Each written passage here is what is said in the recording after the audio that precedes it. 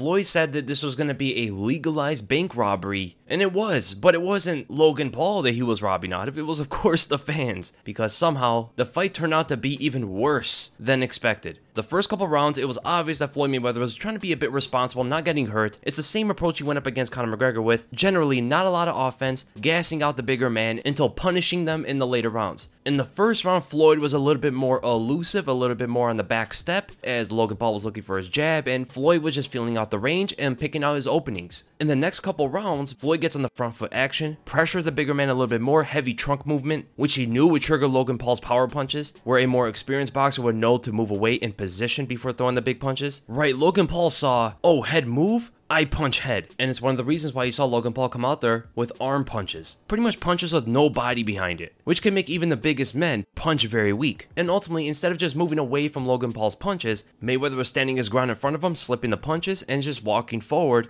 getting the bigger man to move away. Brought back his Philly shell, shoulder rolling punches. Mayweather's defense was definitely on point, but what you will see is his offense became a lot more telegraphed than before. This may be due to Logan Paul's reach and the fact that Mayweather had to cover more ground than ever before against any opponent, but I really don't think so, man. I think Floyd's age, the fact that he didn't really train for the fight, all of that took into account that he was just loading up, winging punches from a distance. It made it so obvious to the point that even Logan Paul saw them coming, where he's covering a lot of ground, cocking back his right hand before he throws it naked, or he's leaning to his left before he wings out a left hook, or just simply loading up his left hip before throwing the left hook. Logan Paul's able to see that one coming before the punch even flies out there. And this was the most frustrating part of the fight, because even though Logan Paul had many openings presented on himself, so many holes that Kevin Lee was losing his mind. I mean, the openings were there from a technical standpoint, a tactical standpoint, and just merely off reflexes. Floyd could act, and there's openings presented from the body to the head. He can react, and they're still there. Or he can cause Logan Paul to do something, manipulate him a little bit, and there's even more openings presented. Let's take this scenario as an example. Floyd walks in squared. Logan uses his first line of defense of posting out that jab in order to create space, and Floyd easily slips the punch and weaves right while taking that right step. A prime Floyd Mayweather, what he could have done here is take a wider right step, which settles his position in order to take a further outside step for either shifting into the other stance, which is actually something he didn't normally do, or fade out with a big left hook to the liver.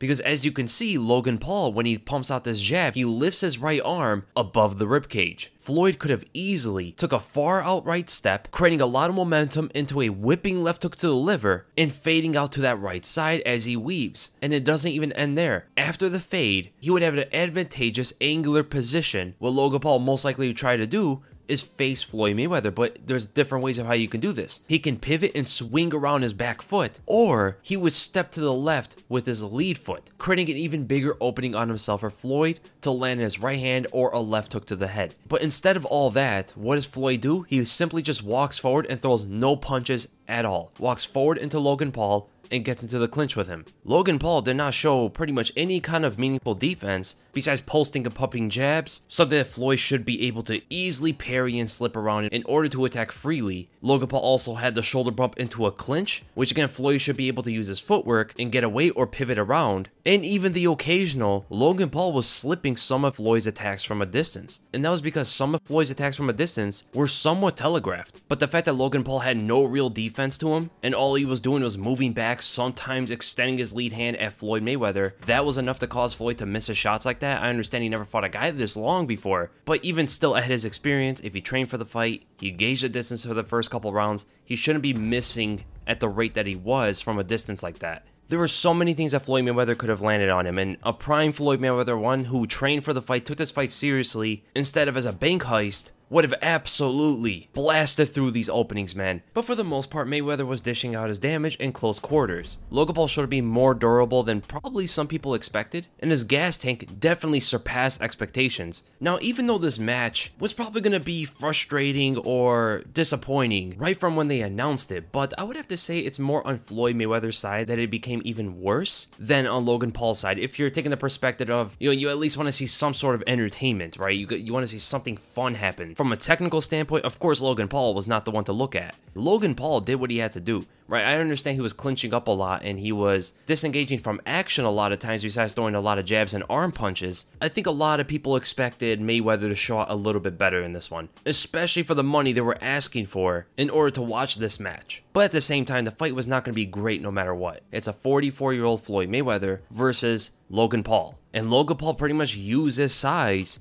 as a way to survive Floyd Mayweather. Even his coaches in the final rounds were asking for him to survive the fight. Don't do anything crazy and just go 8 rounds because in that way you win. In a sense, yes. I mean, there are going to be a lot of fans who are going to look at this like Logan Paul lasted 8 rounds with Floyd Mayweather. Some are even going out and saying that Logan Paul looked better than Conor McGregor in the later rounds. But even though Floyd's offense is nowhere near the same as it used to be, his defense is still absolutely impeccable. Logan Paul was not able to land really many gloves on him. Floyd's counterpunching, his slipping, all that stuff was still something to appreciate, as it probably always will be.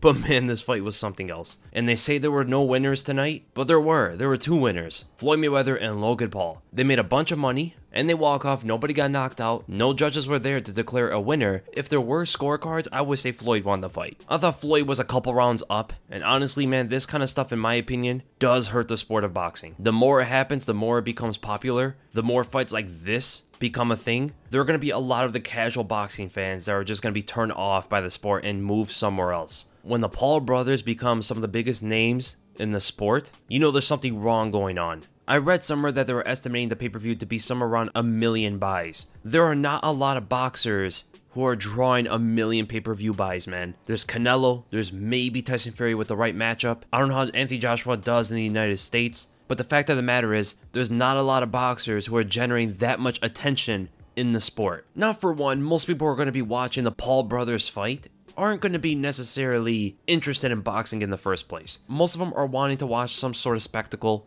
be entertained somewhat, right? At least like Jake Paul, even though he's repulsive, to a lot of people, his fights are pretty entertaining. Not to me, of course, but to a lot of people he is. He knocks people out, it doesn't last that long, he talks a lot of stuff, he plays the villain very well, and now he's going up against Tyron Woodley, who's not a boxer. Both guys have one-punch knockout ability. Someone is going to get hurt in that fight, and that's what people want to see. Whether it's a high-level fight or a low-level fight, that kind of entertainment when it comes with the promotion, when the promoters get behind it, the way they shamelessly are, it's going to garner the attention that you see. Like I've been saying, man, it's not the boxers necessarily that are hurting their sport, it's the promoters. Not all of them, of course, but there are a lot of promoters in the sport who are absolutely destroying boxing completely. In my opinion, boxing already died to me. For the most part, I've been turned off from boxing for a very long time. I've talked about it that the Tyson Fury and Deontay Wilder first fight was pretty much the nail in the coffin for me to follow the sport religiously like I used to. And honestly, it doesn't surprise me that this is the angle that the promoters have taken to make more money out of boxing. If this keeps up, man, there's a point where